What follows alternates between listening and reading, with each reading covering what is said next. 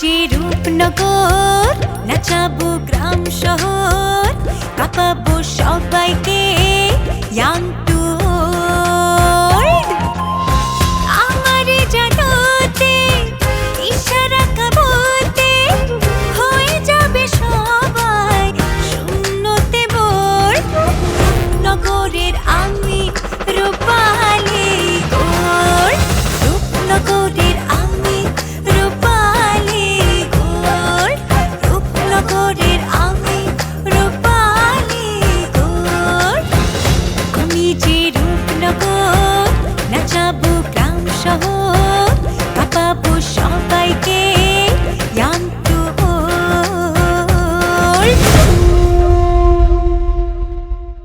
চাচি আমি তো চাচার ডাইরেক্ট কিছু বলি নাই, কিন্তু যদি শোনে যে স্বামী এখনো ফেরে নাই তাহলে তো রেগে যাবে। কিন্তু রিয়াগো বাড়ি গেলে তোর কি হয়, আইতেই চায় না। আর একবার তুই এই কথা মুখে নিবি না। তুই কি ছোটবেলা সব কথা ভুলে গেছস? তোর লাগি আমি কি করি নাই ভুলে গেছস সব? বলতো কি খারাপ মানুষ? না আমি সেটা কই না। তাইলে তাইলে যেই মানুষটা আমারে সম্মান করে, আমারে ভালোবাসে, তুই তারে বাদ দিয়া তুই আমারে এমন একটা জানার হাতে তুলে দিতেছস যারা দেখে মানুষ ডরায়। আমি এখনই থানায় গিয়ে রেড দেওয়ার জন্য প্রস্তুতি নিচ্ছি। কয়েক ঘন্টার মধ্যে অভিযান শুরু হবে। আপনারা শুধু দোয়া করবেন। আপনি আপনার টিমরে জানাই দেবেন রেড হইব, কিন্তু যেই ঠিকানায় যাইবেন সেটা আসল আস্তানা না, পুরান একটা আস্তানার খবর ছড়াই দেন। তারপর তারপর সেই ইনফর্মাররা সেই ভুল ঠিকানা জীবন মাঝিরে দিয়ে দিব।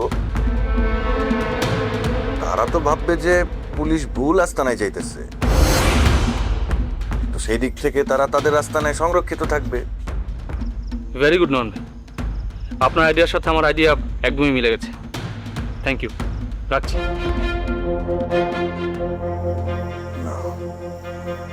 ভাইরাল আর হ্যাকারও রে।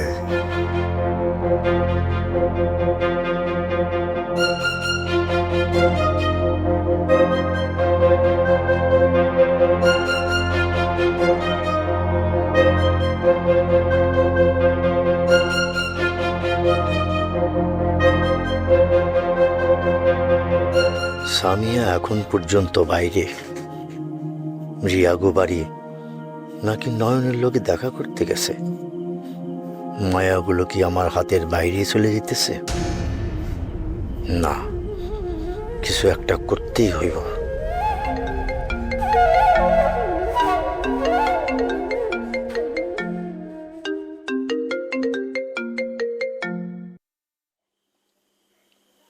হ্যালো, সালমান সাহেব, বড় বিপদ হয়ে গেছে। কি হয়েছে? পুলিশ পুলিশ আমাকে নতুন আস্তানার খবর পেয়ে গেছে। কি করতেছস তুই? তুই কি নিশ্চিত? জি, খবর পাক্কা। আজকে তো 2-3 জায়গায় খবর নিছে। আরে ওই যে দারোগা বিদ্যুৎ, এই তো কোনোভাবে থামতেছে না।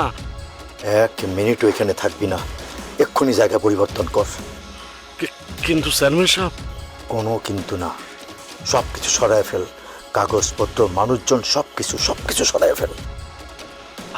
আর মারুফ? মারুফ রে আরো গভীরে লুকাইয়া ফেল। সালমান সাহেব, এই অবস্থা ওরা রাখা তো ঝুঁকিপূর্ণ হয়ে যাইব। না না না না, আমি তোরে যেটা কইছি সেটা কর। এখন যদি মারুফ বাইরে আসে তাহলে কিন্তু কারো রক্ষা নাই। পুলিশ যদি জানতে পারে আমাকে সবকিছু শেষ করে ফেলবো। জি বুঝছি। আর শোন, তোরা কেউ যদি ধরা পড়স তাহলে কিন্তু একদম মুখ খুলবি না, ভয়ও পাবি না। আমি সব কিছু সামলায় নেব। কিন্তু সালমান সাহেব, পরিস্থিতি যদি হাতের বাইরে চলে যায় তাহলে? হাতের বাইরে যাওয়ার আগে ওই হাতটা কিন্তু কাটটা ফেলতে হয়। এখন যা, আমার কিন্তু সব কিছুর আপডেট জানাবে। সালমান সাহেব, ম্যাগ কি কাইটা গেছে? মানে কি করতে চাস তুই? আরে এই মাত্র নতুন একটা খবর আইছে। আমাকে যে ইনফর্মা খবর দিছে আমাকে নতুন আস্তানা না, পুরান আস্তানায় পুলিশে রেড দিছে। আর ওই যে আস্তানা আমরা গতকালকে ছেড়ে আইছি। কি কইতাছস তুই? তুই কি নিশ্চিত? তয় আগের আস্তানায় গেলে তো আমাকে কোনো ঝামেলা নাই, কি কস? জি জি, তা তো নাই। আমার মনটাই কিন্তু খসখস করতেছে। দারোগা বিদ্যুৎ কি এত বড় ভুল করতে পারে? ইয়ে, মনের ভিতরে তো আমারও খসখস করতেছে চেয়ারম্যান সাহেব, কিন্তু আমাকে এই ইনফরমার তথ্য এমন তথ্য যে গুলি মিস হইব, কিন্তু এর তথ্য মিস হওয়ার কথা না। ঠিক আছে, নরনের দরকার নাই, কিন্তু চোখ কান সব খোলা রাখবি। জি চেয়ারম্যান সাহেব। এইটা কেমন কথা? ইনফরমার একবার কইলো আস্তানার খবর পাইছে, আবার জানাইলো পুলিশ নাকি বাতিল আস্তানায় রেড দিতে যাইতেছে। বিষয়টা কেমন জানি গোলমালে হইয়া গেল না? আর একটু থাক না বান্ধবী, কতদিন পর আইলি, একটু মন খুলে কথা বলতে পারলাম না। অনেকক্ষণ তো ছিলাম, অনেক রাত হয়ে গেছে বান্ধবী, যাইতে হইব। মা তখন পায়েস বানাইতে চাইলো, তখনও তুই খাইলি না। অন্তত রাতের খাবারটা খায় যা। না রে, যাইতে হইব। আচ্ছা সামিয়া, সত্যি করে কত তোর কি হয়েছে? আগে তো কত রাইড করে যাইতি, তুই সত্যি ভয় পাইতেছস? তুই তো বাবারে চিনস, একটু দেরি হইলে হাজারটা প্রশ্ন করব। কই গেছিলাম, কার সাথে দেখা করছি, কি কথা হইছে, সব কিছু। তাইলে কি মানুষ একটু নিজের মতো করেও নিঃশ্বাস নিতে পারবো না? সময়টা এখন পক্ষে নাই রে বান্ধবী। বাবা কয় বিয়ার কথা চলতেছে, মেয়ের এত বাইরে থাকার দরকার নেই। তোর এসব মাইনে নিতে অনেক কষ্ট হয় না রে? একটু তো হয়, ওই যে কইলাম সময়টা এখন পক্ষে নেই।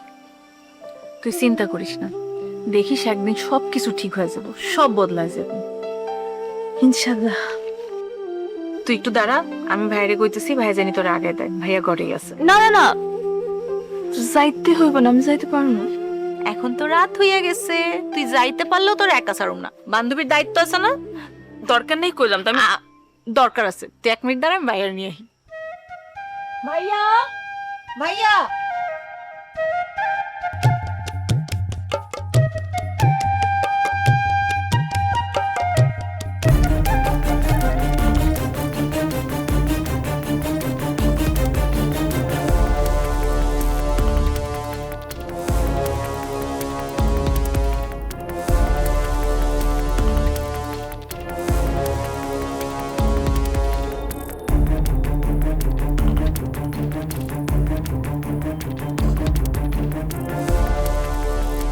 এরম পাইসারি করতেছো কেন?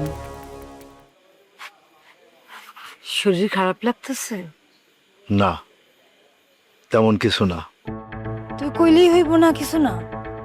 কইলাম না কিছু হয় নাই। আমি এত বছর ধরে তোমার সাথে সংসার করতেছি, তোমার আমি খুব ভালো কইরাই চিনি। তুমি যখন এইভাবে কথা কাটো, আমি খুব ভালো বুঝতে পারি যে তোমার মধ্যে কঠিন কিছু একটা চলতেছে। তুমি কিন্তু বেশি ভাবতেছো।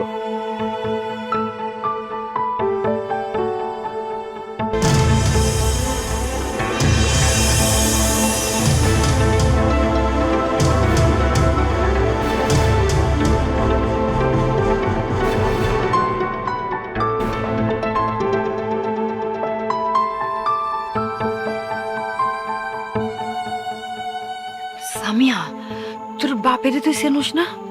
এত দেরি করলি কেন? আমার দেরি হয়তো কি বাবা বেশি রাগ করছে? করছে তো। এখন আচ্ছা ঠিক আছে, দেই, আস্তে আস্তে চল। আয়।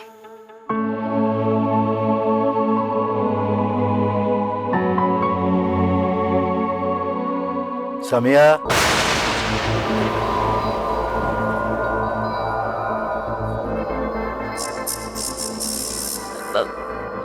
বাবা, আমার একটু পানি দিবি মা? পানি? হরে মা, অনেক তেষ্টা পাইছে। দিতেছি বাবা, দিতেছি।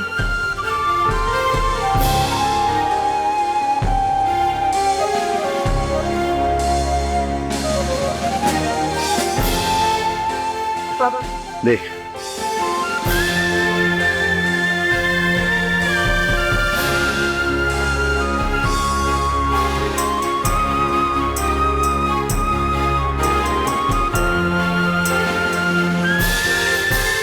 নে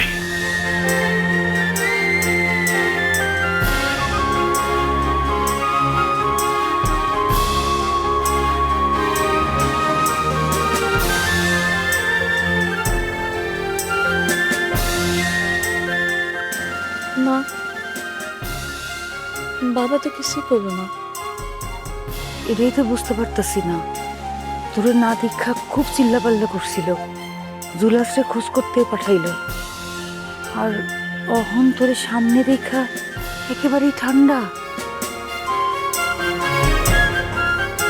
বলতাম না, আমি ঘরে যাই।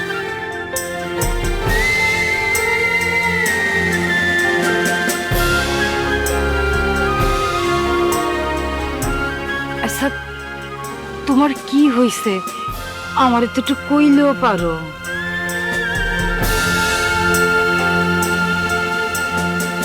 কিছু কিছু বোঝা একা বইতে হয়। তুমি যাও, আমার একা থাকতে দাও।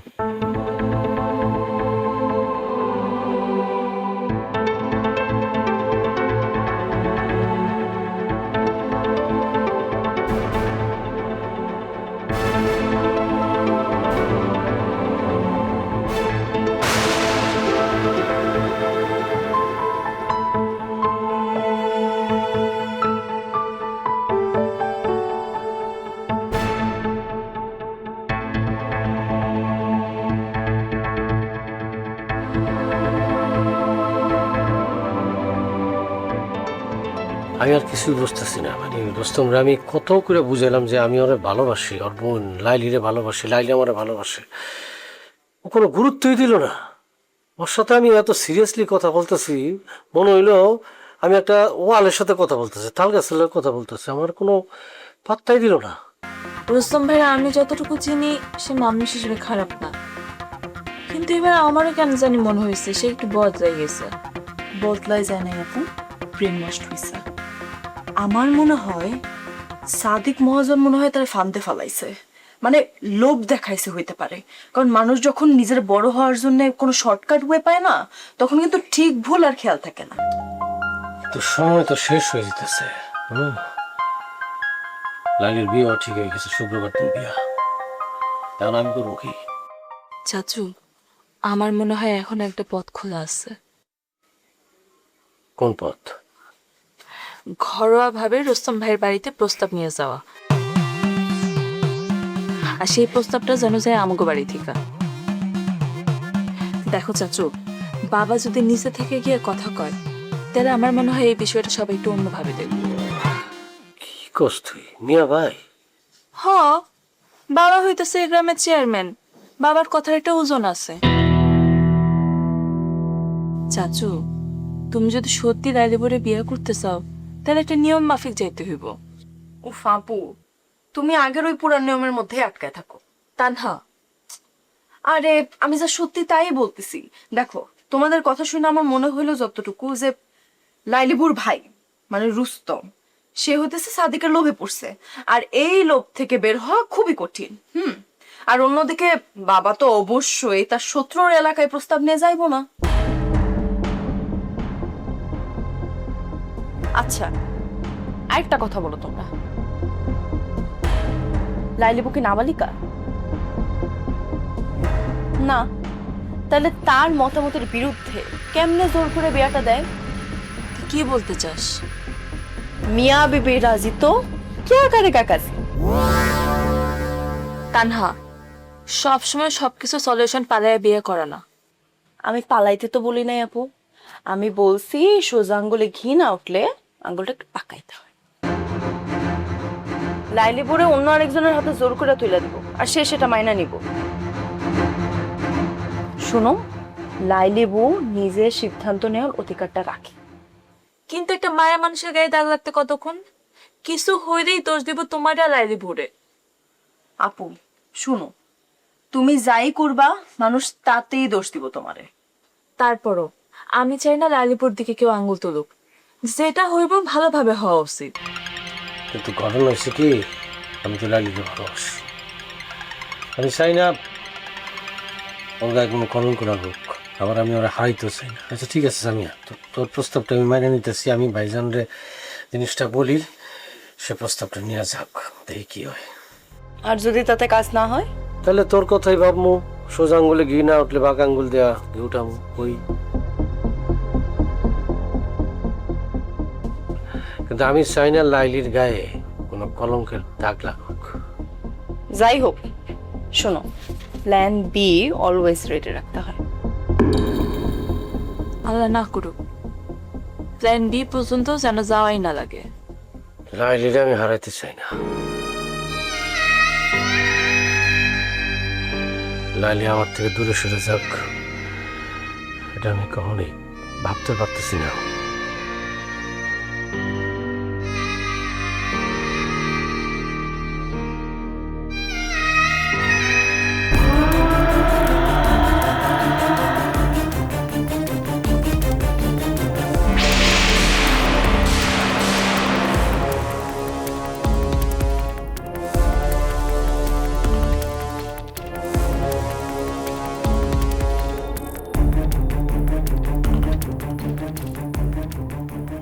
ভাইজান,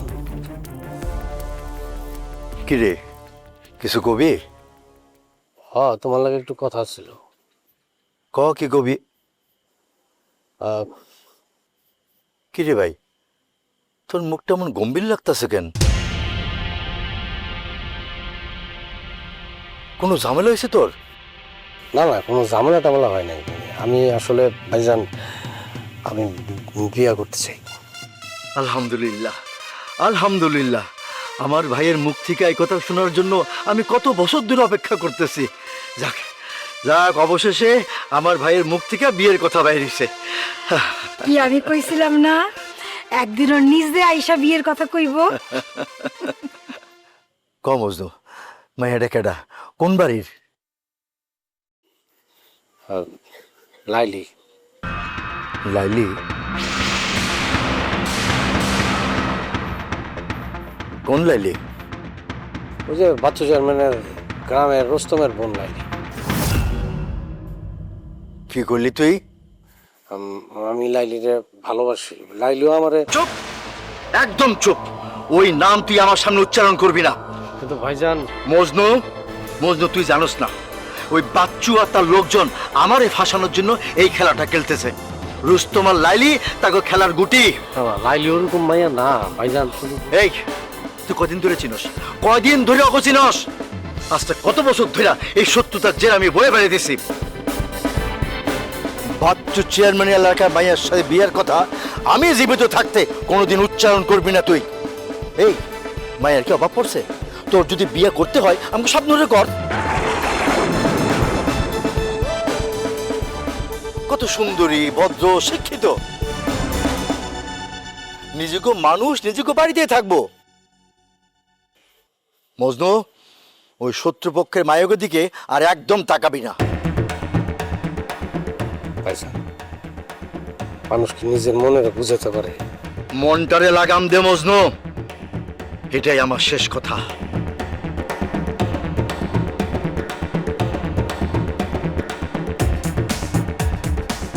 আমি কি করুন কত ভাবি।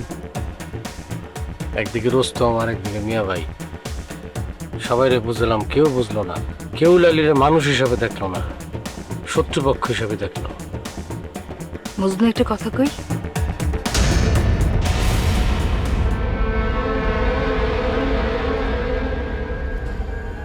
এসে দেখো, ওর দেহ ঘড়ি আমি আমি সে কখন থেকে হাতে নিয়ে আসি। একটু আগেও জানো, আমি আমি হাতের ব্রেসলেটটা হাতে নিয়ে আসছিলাম। মা একটু হইলে দেখে ফেলতো, তাও আমি রাখতে পারি নাই। ভালোবাসা লুকিয়ে রাখা অনেক কঠিন রে। আমি লাইলিরে কথা দিচ্ছি ভাবি, আমি শেষ পর্যন্ত চেষ্টা করব, সহজে হার মানব না।